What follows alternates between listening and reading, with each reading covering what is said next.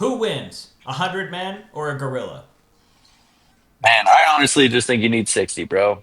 Just give me the top 30 of UFC heavyweight and light heavyweight, man, and we have ourselves a fight, dude. I think you get Marcin Tybura and Sergey Spivak with the body lock from the back while Tom Aspinall and Francis Ngannou are trying to set up a kill shot in the front. We'll have to draft him in from the PFL, but he's in the top 60, bro. He has to be. Francis Ngannou has to be the one to land the kill shot. We have Magomed Ankalaev trying to fucking 10-9 him against the zoo walls that it's taking place in. We have Alex Pereira calf kicking it, dude, weakening it. We're gonna lose a few, man. We're gonna lose a few. Bam Bam Tuivasa, he's gone. I feel like he's gonna be one of the first casualties. Um, but yeah, dude, I think that's all you need to take out a gorilla. You just need 60 of the UFC's top fucking fighters, the heavy boys. You know what I'm saying? Hell yeah.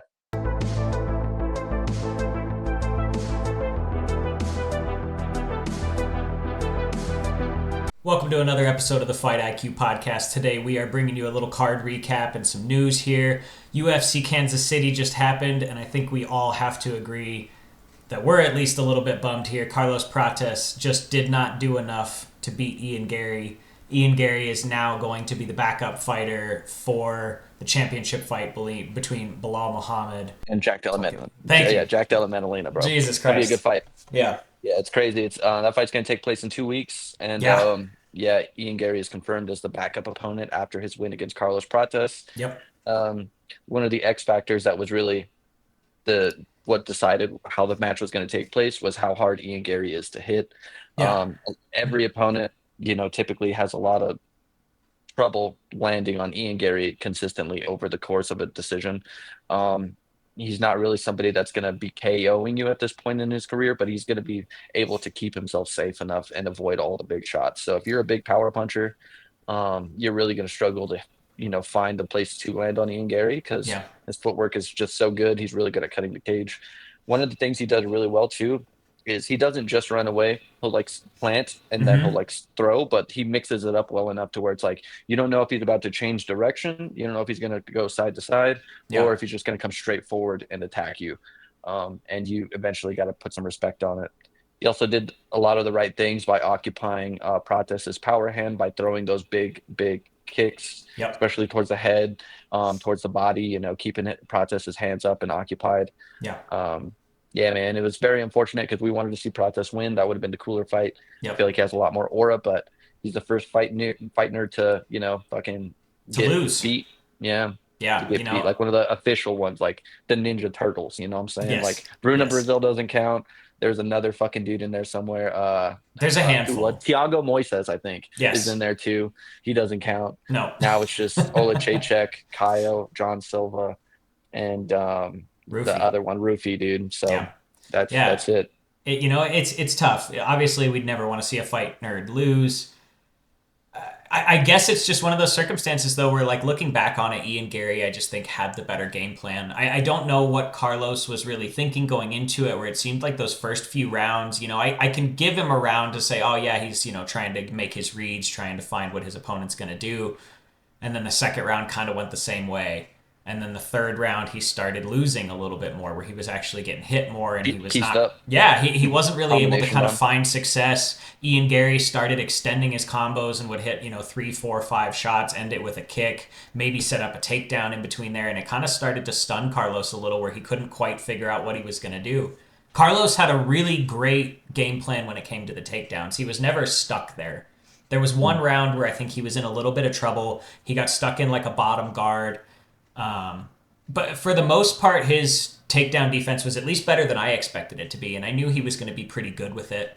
Obviously, I think in the last round there, he had that really nice reversal, really hurt Garry bad. That was around the same time that he started to implement those body kicks as well, and it was interesting to me that it took him until round four to really start throwing kicks because they had an immediate effect when he decided to start throwing them. Yeah, dude. I feel like Prates really did start a little bit too slow for this one. Maybe he was Yeah, worried about the 5 round pace. sure. I don't know what, the issue was there, but I think there was just like a lack of options presented to him to strike. You know, he's not one of those people that's just going to wing his punches and miss shots. Yeah. So he's very accurate, and Yeah. I think he prefers to be. He doesn't want to be hitting air, especially against Ian Garry, who's going to counter you. You know, if Yep. you're just missing. So I feel like he really wanted to play it safe and only throw the shots he knew would land, and then Ian Yeah. Garry just really doesn't give you much there. No. That switch kick to the body coming in around like round 4 and 5 Yeah. for protest, dude. It, like you said, it got an immediate reaction out of Gary, Yep. and then Gary transferred to like that double forearm block with the elbows out, and I think that's what kind of stifled him from using them a little bit more. Yeah. But I'm also gonna mention what you said, that his takedown defense has shown that it's up there with the best. It's good. You're not going to be getting free takedowns on him unless No. I feel like you're just insanely strong, like a Sean Brady. I don't Hmm. feel like you're going to be able to just get free takedowns on protests. That shouldn't be part of your game plan. Yeah. Um, but yeah, dude, he had an answer for all of the takedown entries that Ian Gary threw, except for like one or two. Hmm. And Gary trains with one of the best MMA grapplers for that, like specializes in jujitsu, from Yeah. Damian Maya. Because obviously he was super credentialed with his jujitsu, but he was one of the very first people to implement a very solid wrestling game to get people down. Yeah. Like before Damian Maya, it was either like you had really good jujitsu, but you sucked at wrestling, and you Hmm. could never really like get the fight to the ground like in a clean, efficient manner. Right. And then, Damian Maya comes around and he learns how to grapple. Plus, he has that devastating, submission style. Yeah. It was game over. So I feel Yep. like Prates, he has a lot of promise, but this is Hmm. going to be a big setback for him. A little bit too much too soon. Yeah. Um, I wanted to see it. I wanted to see Prates get the fucking KO and send him to the stars, but he's Of not ready course. yet. So Yeah. um, we get to see Ian Gary get some more decisions. Hey, it's going to be what it's going to be. I hope they remake the Jeff Neal fight. I still think that would be a good matchup for Carlos, and I think that would be maybe a little bit more where he needs to be, especially with somebody that's kind of a more plotty boxer. Jeff Neal's no slouch, but Ian Gary is clearly a little bit above what Carlos Prates needs at this point. Yeah, dude, for Yeah, sure. And I think it might be like a style to make fights thing, dude, it because might be. I do think that Prates has success against some people at the top, like maybe even Hmm. like a JDM, I could see him having success with. Yeah, But if you have like a really good sense of movement and where the fight's taking place and stuff like that, just good ring generalship, yep, um, I feel like you're going to be able to beat Prates that way, and unless you make some big adjustments. yeah. And it seems that Ian Gary's just really hard to hit. I think everybody's going to struggle to be able to hit him clean. I mean, he's had fights. The Kanan fight is the one that comes to mind, where he did get hit clean and it hurt him Hmm. and he was in danger. And even in this fight, he got that reversal in the fifth round, got hit with a couple hammer fists, and looked like he was in danger. And then Carlos let him up for whatever reason happened there against the cage. But it seems like Ian Gary is hittable, but it takes a lot, and you have to hit him really clean to be able to actually hurt him. That's why I feel like walking Buckley is a really good matchup for Ian Gary, is because he Yes. just had a fight where he had to hunt down Wonder Boy, who's also very good at that side to side movement. Yep. And he was able to hunt him down, trap him against the fence, and then he explodes in from a deceptive range where you think you're safe Yeah. with big hooks, dude, that are going to flatline KO you. So I feel like, it's probably going to bite me in the ass again, picking against Ian Gary. He's probably going to squeak by Yeah. another decision when all the signs point to him losing the fight, like common sense wise. But yeah, dude, I feel like the Buckley matchup is probably like one of the worst ones for him at that weight class, because he Yeah. can make a boring like point fight out of anybody. Hmm. And I think ultimately his style like really just sucks the aura out of both fighters, because like now we're at a point where it's like we know Ian Gary's fights are not going to be the most entertaining. They're No. going to be very technical chess matches. Yep. Um, like that shot after that Shavkat fight, bro, nobody's really fucking talking about Shavkat being like a top contender anymore No. because of how fucking lame it was and how it was just very unimpressive. It Yeah. was so much of a chess match. It's like we're getting away from fighting. Yeah. But I feel like he's going to be able to do that with everybody, really. Right. Yeah, it's an interesting one when you start getting into like the meta of the game, right? It starts to remind me a little bit of like sport jujitsu, where like there's just dumb shit that works because it's the sport. And Hmm. this is I think we're seeing some of that more like nerdy technical side come out, where we're moving away from the brawling kind of fight style, and now it's a little bit more of like a technical sport. But unfortunately, that does slow it down in some cases, and you have those guys that can manipulate that game. Hmm. Another one that didn't do that, Zhang Mingyang, sent Anthony Smith to his retirement in probably the most violent fashion that we've seen in a while. And I think we're probably going to see the implementation of the Anthony Smith Lionheart guard. It's probably going to come into play probably pretty early in this fight. The Lionheart guard was indeed implemented. It was a showcase, in fact, for that. Um, We got to see it one more time, dude. we got to see it one more One time. last ride, baby. You know, hey, I won't be that guy. I'll say, Anthony Smith, good on you, man. You had a career. Uh, I can't say I'm a fan, but that doesn't take away from the things that you did during your time. But Mingyang is somebody that I think we are going to see again, and I think he's going to be rising up through the ranks pretty quickly. Yeah, dude. Anthony Smith couldn't hang with the Yang. Um, could not hang with the Yang, dude. It Mm-mm. was very unfortunate to see Anthony Smith go out like that, especially in front of his family. Yeah, And you all know, four. yeah, I was like, I feel like it wasn't the best idea to bring your whole family to a Zhang Mingyang fight. But No. hey, man, Anthony Smith was kind of known and memed on for being, significantly more delusional than your average fighter. Yeah. And even in his retirement, he was like, "Yo, 5 years ago, I would have beat the shit out of this guy." I mean, dude, it was just like, I don't know about that, dude. Ming Yang is a Hey. fucking beast, and he really had no answers for him. He was literally just sitting there, like double forearm blocking all of Ming Yang's punches, Yeah. letting him get reads, and he used Anthony Smith just sitting there with his arms up to get the read to start throwing elbows, which Yeah. led to the cuts, which led to all the damage. So it's like Anthony Smith has just given free reads away just to throw a shitty overhand, Yeah. and then like the audacity to get on the mic and say, "Oh, dude, I would have beat this dude 5 years ago." Like, dude, fuck you, man. But anyways, great performance by Ming Yang. He did all the Yeah. right things, made the right reads. He started wanting to box on the outside, and then once Smith was giving him that guard, he was like, "All Yep. right, let's now we can start throwing some elbows, step in elbows, elbows Mm-hmm. against the fence. Because if your arms are up like this, you're going to be able to pull the wrist down Yep. and land the elbow behind it. You're going to be able to step in and separate the arms with your elbows, and Right. then come in over the top where the fingers are at, Yep. and then that's where the big cut from the on the top of his head came from. Yeah. Um, so yeah, dude, great performance by Ming Yang. We got to Yep. see the Lionheart guard one more time, and I feel like we just spent way too much time on this, but it is what it is. I feel like he got a better send off than Stipe did, Hey, dude, and he had a whole fucking video. He was in the octagon for it. He was you know who crying. you I know don't who I even don't remember remember. Stipe getting anything. You know who didn't get a video, and they just retired him off the fucking desk? Dominic Cruz. That's criminal. Because Dominic Yeah, Cruz dude. keeps talking about fighting again, though. So No, dude, after his maybe he shoulder, doesn't after his want shoulder, that he's like, video. "Yo, that's it," and he even did the post. But yeah, Oof. dude, I Oof. the video, man, I was like, "Yo, okay." That's criminal. That was a 7 minute long video for Anthony Smith. Wild. Moving down the card a little bit, not the best fight of the night, but certainly one that I think was entertaining was Giga Chikadze versus David Onama. David Onama got the win there, implemented a wrestling tactic, which I don't think any of us saw coming, but was able to be really effective there, was able to implement a lot of ground and pound, slowed down Giga quite a lot because he was able to counter. His kicks looked really fucking fast. He's not the old guy that I thought he was going to be. Um, but he didn't have a good answer for the ground game. The wrestling was just not expected. I don't even think by him, and it was just something that nullified most of what he does. Absolutely, man. And I got the pick right on this one by going with Onama, but I Mm-hmm. definitely got how the fight was going to take place wrong. Yeah. I thought Giga was going to start showing a lot more signs of age Mm-hmm. and slowing down after his injuries and just being older for that weight class. Yeah. But he was really giving Onama lots of problems in that first round, and Onama had to really switch up his game plan in the second, start implementing takedowns and draining his energy via smudge grappling Yeah. before he can start landing the big shots. Because in round three, he was hitting Giga Mm-hmm. Chikadze with some big shots before securing the final takedown that sealed the deal there. Yeah.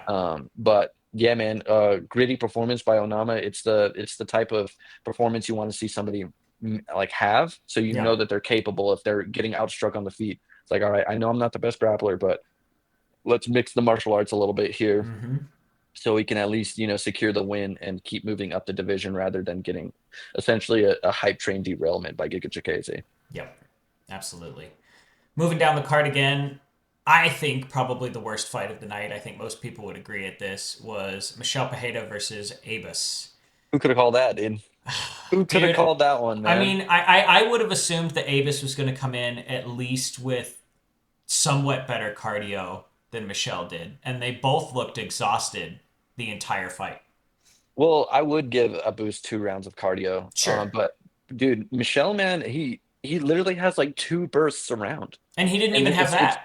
it's been that way for a long time, bro. And for him being that young, it's like almost like, yo, dude, like what are you doing in your training camps? Like, how do you not have at least a round and a half of cardio to just, step on the gas tank if you need to? Yeah. Because even let's say even if by chance he did land a big shot that he was Hmm. going for or something like that, it's like, do you even have the energy to follow up to secure the finish? No. Like if you drop him to the ground, like are No. you going to be able to land it like that much ground and pound to be able to get them out of there before they recover? No. Or like are you just wasting energy at this point? Because at least Abbas was very like good about managing how much energy he was using, and Yeah. everything was very like he was using a lot of good technique. Hmm. And it wasn't until like the end of round two where he was starting to show signs of fatigue, and then round three it was just really sloppy. And that's Um, wild to me because it's not like there was a reason for him to be tired. He wasn't throwing big heavy shots. He wasn't throwing a lot of kicks. He wasn't wrestling. he wasn't backing up the whole time. He wasn't He doing anything. Why would you get exhausted 2.5 rounds in when the most that your opponent throws back at you is like a half-assed kind of faint low kick and then like occasionally a jab or a hook? Yeah, man. Like I'm not that's sure. bad for everybody involved. If you can't go against a guy that's basically not fighting back and you're tired by round two, Yeah, tired of beating him up, and then he's able to have moments because you're not in shape. because you're Yeah, both so fucking exhausted that just throwing is going to connect at this point because nobody's blocking anything. That was yeah. wild to me. I think it was the grappling exchange at the end of round one where he was like where he took Pereira down against the fence and was doing the Hmm. ground and pound. I think that might have taken a lot more energy than he was expecting. Yeah. But it's like, yo, at this point, like, because I feel like he should really be honing in his striking. He's a very good striker for that division. He's Yeah. going to outstrike a lot of people, and I feel like his kickboxing's really well, like really good. So why doesn't he? Because he was able to outstrike Sean Strickland in the first round when they Yeah. fought. He was lighting him up with kicks. He was doing all the right things, and then his gas tank failed him, and then Sean Strickland ran over him, TKO'd him. Yeah. But I feel like Abus needs to, just work on a nice kickboxing game, have some counter grappling in there. If they're about to be finished against the fence, Yeah. that's when you fucking take them down a little bit when it's going to be easy. But if you know you have like a really not so good gas tank, Hmm. like why would you, just like fucking just throw it into the fire like that early? Yeah. No, that was a bad performance. I think we got to cut Michelle at this point. Yeah, man, he hasn't It's been a doing too couple. good. He hasn't been doing good. Even in the performances where he looked good, I don't know. I don't know, man. I feel like that's just we're getting to the point where you're not a professional athlete anymore, right? Yeah, You're just a fucking guy, and that's not what we need in the top of these divisions. We need yeah, athletes that are actually taking this shit seriously and can compete at the highest level consistently. yeah, dude. After his last fight where he literally gassed out in 15 seconds of the first Yeah, round against against Fluffy. Fluffy. It was just like, bro, how can I pick you ever again to win a fight? Yeah, I wanted This, to, man. I wanted to believe. I wanted to believe that trust that me, man. was. I remember before he fought Tristan Connolly, dude. I thought he was like the Eddie Gordo of the UFC with the Yeah. capoeira coming in, and I was like, Yep. yo, this dude is really fun to watch. And and then I watched Tristan Connolly fucking 30-27, this poor guy. Brutal. And I was Brutal. like, fuck. Well, luckily, before that, we had a really good performance. Randy Brown almost killed a guy. It was the Mhm. exact same shot as Holloway Gaethje, which I thought was kind of cool. It was that tight right hand from inside.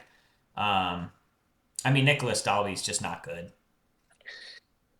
Yeah, man, he's been known to fraud check a few people, Yeah. but I just knew that against Randy Brown, who's able to just be really flashy, loose, and Yeah. ready to rock on the fucking outside, bro. He's coming at you from weird angles. He has his hands down low. Hmm. Um, I don't know if I've never noticed this particular attack in his game before, Yeah. but dude, that right hook that he was throwing, Yes. that long right hook, dude, Hmm. around the guard, he was throwing the straight punches like he normally does. I always see him as like a straight punch type of fighter, and then he Yeah. started like curving the right hook around, and it snapped Dalby's nose this way. Dude, that Remember was that in the first round? so bad. That was Yeah, one because of I the feel like nastiest nose breaks. he bombed it, bro, Yep. and then I feel like it just hit the tip of the nose And like just, perfectly, and yeah. yeah, man, that was very devastating strike, and then ultimately that's where the finish came from too. Yeah. Randy Brown is just constantly improving. Mm-hmm. working on his defense. He's a problem for a lot of people, has a lot of good wins. So I Yeah. think he deserves a really high level opponent. I want to see him fight somebody that I think he can like style on. Mm-hmm. So unfortunately, I know that Protest is probably going to be competing with the Jeff Neal fight, but I like the Jeff Neal fight for Randy Brown as well. Yeah, I do too. That's not a bad one at all. Working down last fight on the main card, another knockout there. Ikram Aliskerov versus Andre Muniz. Weird kind of delayed knockout with this one. He got hit. It took him a second or two, and then he just kind of fell over. I mean, Ikram looked good. He Yeah, looked dude. he looked like we expected him to. I think. Um, I mean, I think it just goes to show that Whitaker is that much better than some of these other guys in the division, right? To make Ikram look the way that Whitaker did. Good Yeah, performance dude. for him tonight, though. Yeah, I think that's just. I feel like if the fight would have like played out a little bit longer, Ikran would have had moments against Robert Whitaker, but Whitaker's just able to go in there, just shut the lights off quick, with a big uppercut. Yeah. But Ikram is very talented, man. He's where he should be in the division. Whitaker was way too good for him Yeah. at the time, and I feel like this fight against Muniz was just the perfect, you know, place for him to showcase his skill set because Yep. Muniz is not going to be able to take him down, bro. If Hamzat was having trouble taking him down, Muniz is not going to be able to get you down. Yeah. And then his striking has never really been something to worry about, so you can kind of showcase your striking too, and that's what he did. Mm-hmm. Mooney's was trying to take him down. He was defending the takedowns very, very well, and then just fucking landing big shots on the feet, wobbled him, and then eventually got the TKO finish. So, Yeah. great performance by Iliskarov. I'm excited to see where he goes from here. He's another really good prospect, and he's very entertaining to watch too. Mm-hmm. Yeah, we're getting this kind of new influx of a lot of these Russian kickboxers, which I think is pretty cool. Because they have been proving to be exciting. Ikram being one of the more exciting of them, I think that's made its way in recently, where he's starting to kind of pick up some momentum. Moving down onto the prelims, Damon Blackshear versus Alatong Haley. A different performance from Blackshear than I think we expected, in the sense that he didn't really try and implement the ground game at all, which is, I mean, it was shocking for me just from the standpoint of that seems to be where he's known for, and it's where a lot of his recent finishes have come from. But his striking looked good, and I think that's kind of maybe what he was trying to go for, was to test that a little bit more. Yeah, man, I think that was definitely the game plan here. Yeah, I feel like he was very interested in seeing where his striking stood up against this opponent, and he yeah, was really trying to, just get some ring time using a lot more striking than he typically does and just showing the improvements he's made in the striking. yeah, Um, because I feel like before he was primarily just like a really solid grappler that had great wrestling. So he could get the takedown and he could find the sub on you really quick. And I yeah. feel like he wanted to showcase, it's like I got hands too now and I have boxing defense. Mm-hmm. So he was doing all the right things. He was controlling range really well, just staying safe. Anytime his opponent would really come in on him or trying to throw lots of combinations, he would do Yeah, the Philly shell, cut the angle at the end too. yep, You can tell, he's still honing his craft a little bit. He's not like a savant at it just yet because some strikes are still getting through. mm-hmm. But for the most part, man, he was looking really good, staying defensively sound, landing on the outside, Yeah, and just showing that he has that skill set now is like making me believe in him so much more as a prospect yeah, because he has that good striking defense, and his boxing is starting to look a lot more crisp. yep, And then you also know that he has the grappling to back it up too, just in case he starts losing the striking. yeah. Now you're starting to run into opponents that have really no way to win against you. So Yeah, and I mean, I think I mhm, even saw that a little bit in this fight. I remember, I think it was second or third round. Olaton Haley's corner was really asking for him to wrestle. They kept mhm. yelling wrestle, wrestle, wrestle, and he never even shot, never attempted it. And I wonder if there was something just keeping him from that, because maybe he knew, right? Maybe he knew that Blackshear was a good wrestler and a even better jiu-jitsu artist, and the fact that those submissions are going to come on quick, and he's known for them. So it really puts you in kind of a bad spot. As if you can't beat him on the feet, you probably can't beat him on the ground either. Yep. And that's awesome to see somebody, especially kind of making their way up the division, be that well rounded, where they're starting to kind of tie the things together, and then they're dangerous everywhere. Yeah, man. And ultimately that style where you come from like grappling first and then you go into like learning how to be a fucking insanely good kickboxer. Yeah. That's what made TJ one of the best of all time. Mm-hmm. He came in as a very well credentialed wrestler with a Yeah. high grappling skill set, and then he learned how to kickbox like a fucking ninja. And Mm-hmm. then, that's you become a world champion off that. So I like Yeah. where he's, how he's honing his MMA game a little bit. And yeah, Damon Blackshire, man, he's a good prospect. Yeah. You could also become Bo Nickel. Yeah, dude, you could become Bo Nickel, dude. Yeah, dude. Again, I feel like he's gonna be a problem, man. I feel like Bo Nickel's Or boxing is really good, dude, oh and no. his grappling sick. He gets finishes off the ground, dude. I'll fucking Bo Nickel deserves the hype, bro. Hey, we're gonna And find he's out. gonna fuck up Render to Ritter, bro. We're And gonna find you out. guys are gonna see. Yep.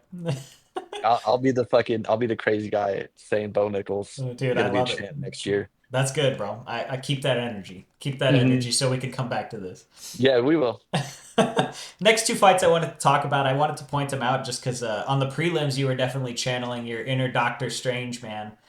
These Hmm. last two fights, it seemed like you were just looking into all the possible realities, and you called it on these. Malcolm Wellmaker versus Cameron Saaimon being the first one.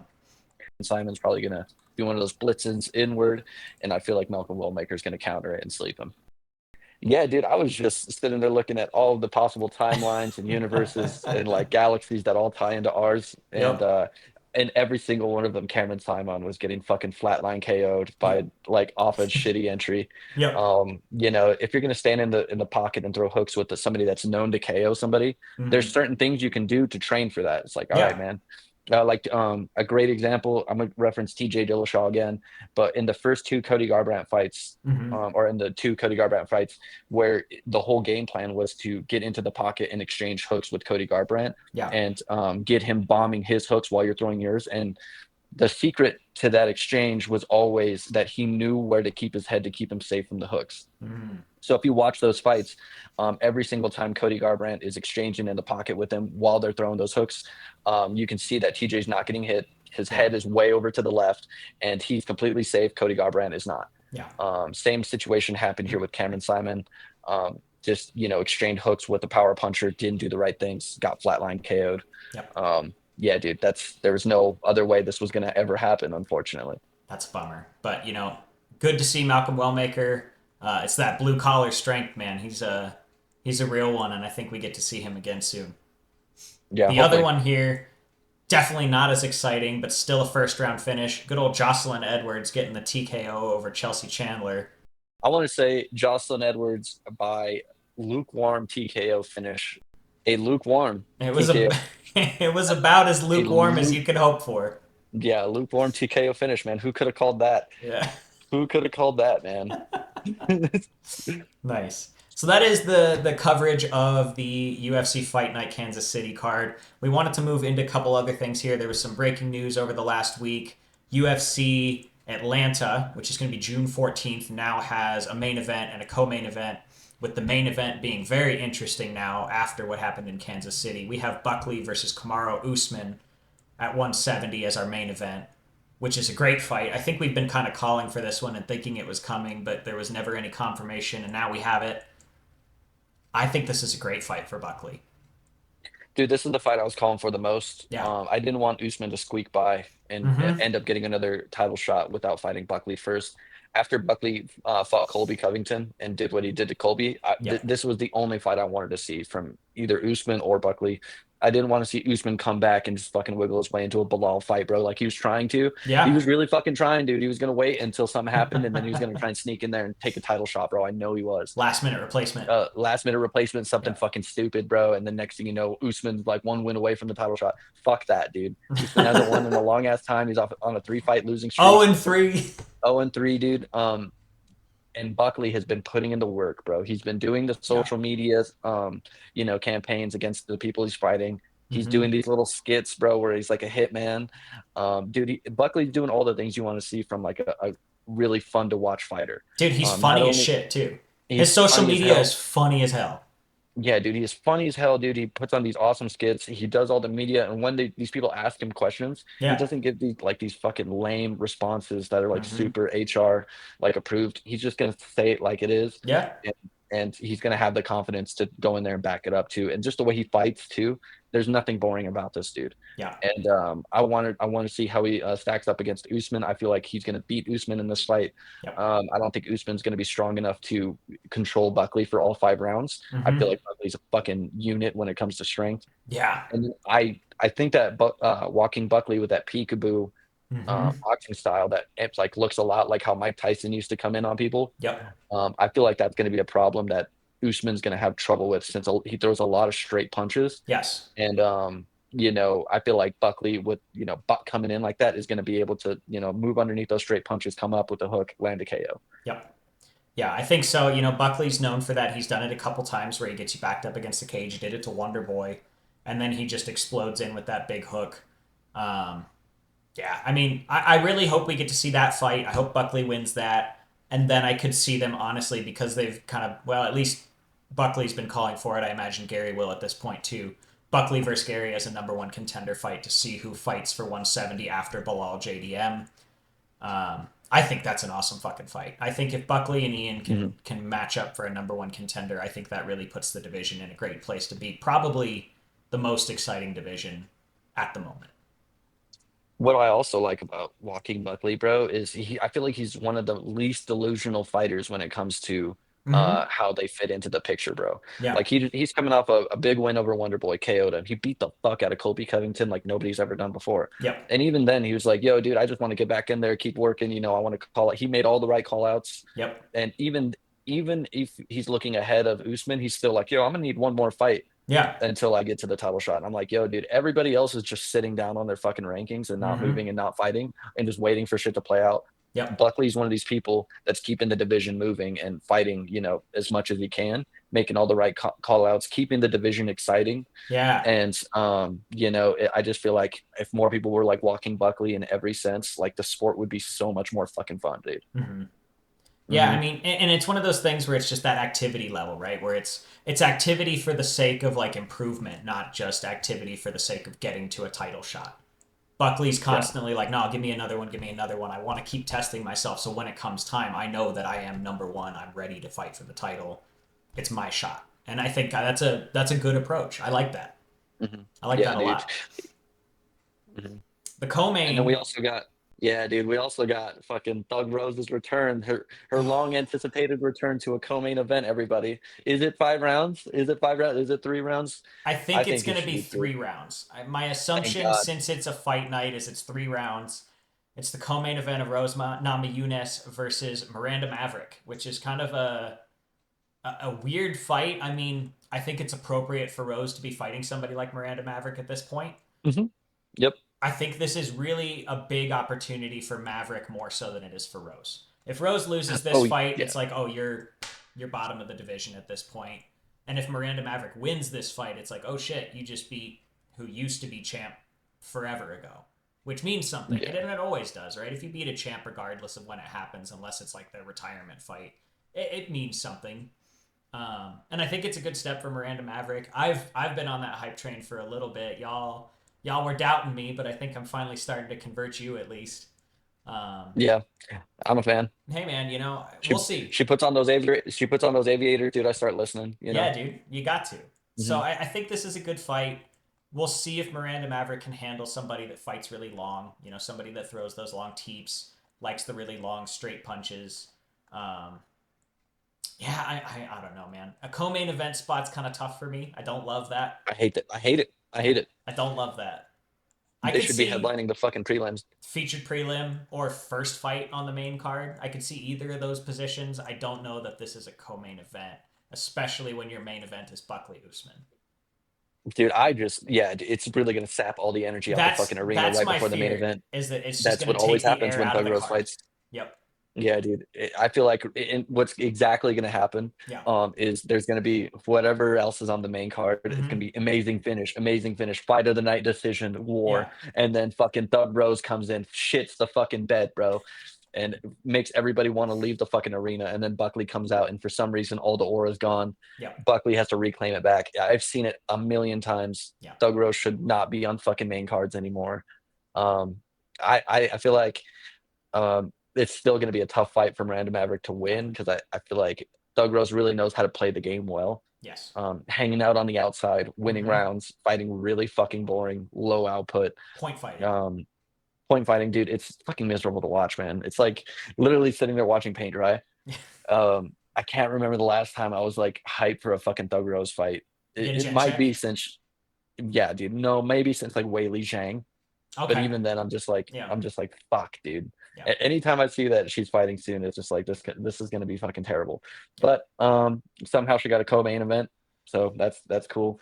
I'm more hyped for Miranda Maverick possibly like getting her out of there. Like I Yeah. don't even care where Miranda Maverick ends up. It's not like I'm like, oh, I'm excited for her to win No. and then move on the division. I just want her to win, and then Thug Rose goes down even further to the prelims to where she's not on main cards anymore. And then we You don't know? worry about it. Yeah, dude. She's like the Holly Holm of 115 for me. Oof. I mean, that's fair. Or 125 now. Yeah, Yeah, 125 125 now. now. Yep. A little other news, something that we talked about last week, and apparently we all fucking got it wrong because DDP pulled one over on all of us. It seems like DDP is not injured. He does not have a broken shin, and he will be fighting Hamzat, just not on the 317 card. It sounds like they're still trying to find a spot for it. It hasn't been announced when it's going to happen, but DDP seems to be in it still, so that's a good sign. I like DDP Hamzat. I think that's a great fight. I guess it puts Kyber Halio back into the ether where he won't fight for another couple months. And I guess we wait to see what Imavov decides to do. Yeah, dude. Who the fuck knows what's gonna happen? I am super happy that Drickus isn't injured. Me That's too. awesome. That Me too. that's fucking it's a big weight off my chest personally, dude, because I'm just like, fuck, dude. I did not want to see the fucking middleweight division like do the fucking Game of Thrones like struggle for power. Who's gonna take the fucking interim belt now from Yeah. who's gonna fight Hamzad? Now they're all fucking, leveraging their performances that happened over 4 months ago. Mm-hmm. Kyber And Halio's pulling a little finger, spreading rumors, saying yeah, dude. DDP broke his shin, man. He's Allison from the Umbrella Academy. Heard a Yeah, rumor he dude. broke his shin. Give me that title now, please. Exactly, dude. He's over here just trying to manifest an interim title shot. I But respect it. I respect the hustle. yeah, dude, I really like that Drickus just sat back and watched everybody speculate for a week, and then he's Yep. like, "Guys, I'm not fucking injured. I'm fighting Hamzat. It's not going to be an international fight week, but they have a plan." Yep. I'm just Love like, it. sick, dude. Love it. Sick. I'm stoked for it. You know what I'm saying? If the fight's done, the fight's done. That's the Mm-hmm. fight I want to see the most. Yep. I think Drickus is a really sick champion, and if Hamzat is finally able to get gold, that's also going to be really sick. Mm-hmm. Um, it's just one of those fights where it's like no matter what happens, it's going to be sick for the division, you know. Yep. And finally, we'll get some movement after that. Then people will start fighting. Like a mob off will probably get a fight after that, Yep. you know.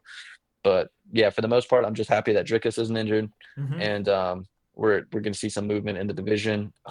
I really feel like if you're camping on your ranking, bro, and just holding up big fights from happening, like there needs to be either some sort of public shame, or just like repercussions from the organization. It's like, all right, bro, you've turned down like 4 fights we've given you, Yeah. sitting on a fucking title shot. Now you're gonna start losing your rank. Yep. Now you're going down to 10. Now you're going down to Yeah, 15. Whatever. Yeah, it's like I you don't hate that.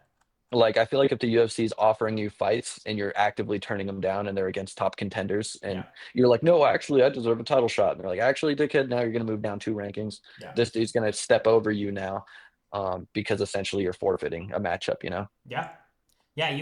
you can only turn down so much before it starts to become problematic, and it sounds like you don't actually want to fight the people that might be better than you. And this isn't just for middleweight either. This It's is for every everybody. division. Yeah, Mm-hmm. because I feel like this happened on a lot at like welterweight, and it used to be really bad at welterweight, bro. Like Yeah.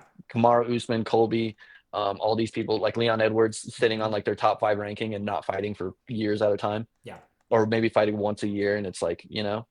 they're still in the top 7 of the division somehow. It's fucking crazy. It's nuts. You know, So and speaking of lack of movement, it seems like it's all but confirmed Ilya versus Islam. It seems like we're finally getting it. Both of them have made tweets about being in camp.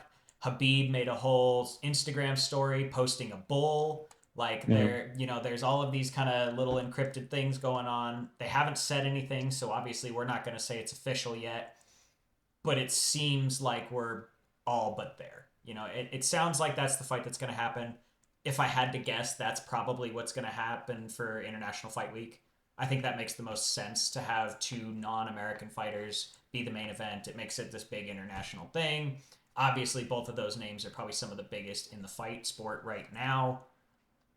And I think it's what Ilya has been asking for, and kind of what he was holding strong to was that he wasn't going to fight unless it was for a title. He's earned it.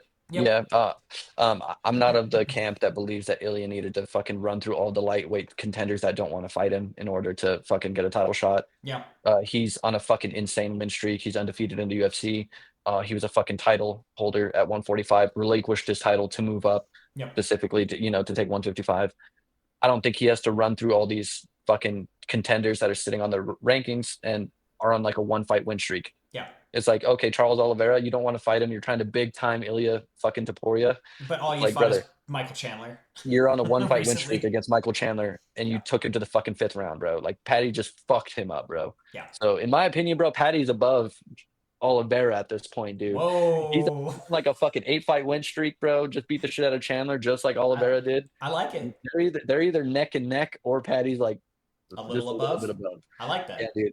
Yeah, dude. I mean, we have to have some sense, right? Yeah. Like fucking you can start bringing up resumes all you want, but what are you doing for the division right now, dude? I feel Mm. like everybody puts way too much weight on like what they've done in the past and shit like that. It's like, yeah, Yeah. I understand they're killers, they have a bunch of names, but at the moment, like everybody at the top of lightweights running off a one fight win streak other than Patty, Yeah. or maybe two. And or they have significant losses to people that are ahead of them in the rankings, so it wouldn't Mm. make sense for them to jump over.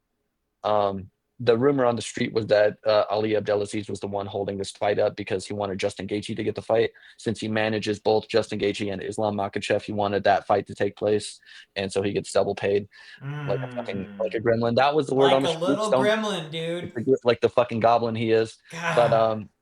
But God. yeah, dude, that's just what the rumor on the streets was, Yeah. and I'm just happy that this fight's going to take place. I think it's the fight to make right now. Yeah. Other than the Armin fight, I feel like Armin Sarukian I didn't mention, but I feel like he deserves Yeah. a title shot. But Hmm. if they don't want to reward him for pulling out and causing all of this, then I feel like you Yeah. do Ilya versus Islam.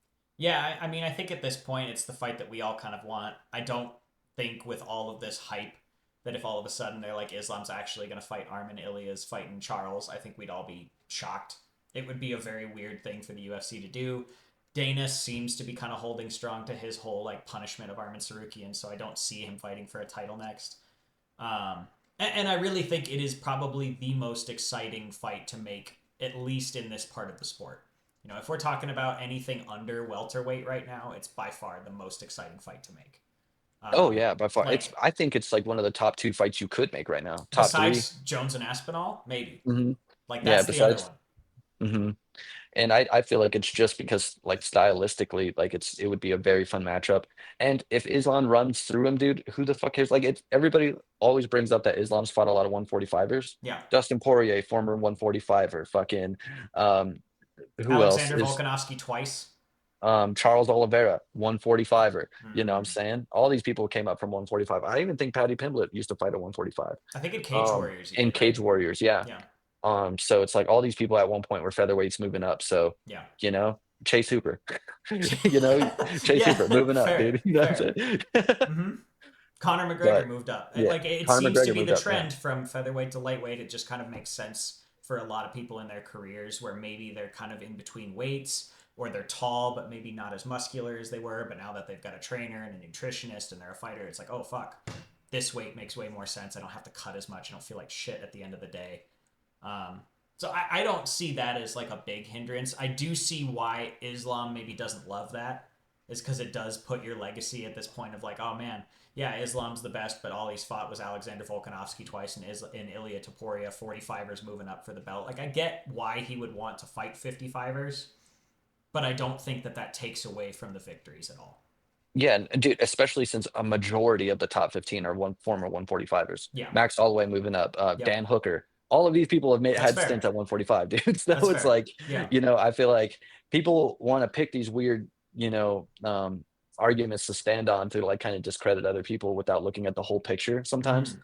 And it makes a lot of sense if you look at it in a different point of view, man. And I can see a lot of them, but the one I want to see happen the most is Ilya versus Islam. Yeah.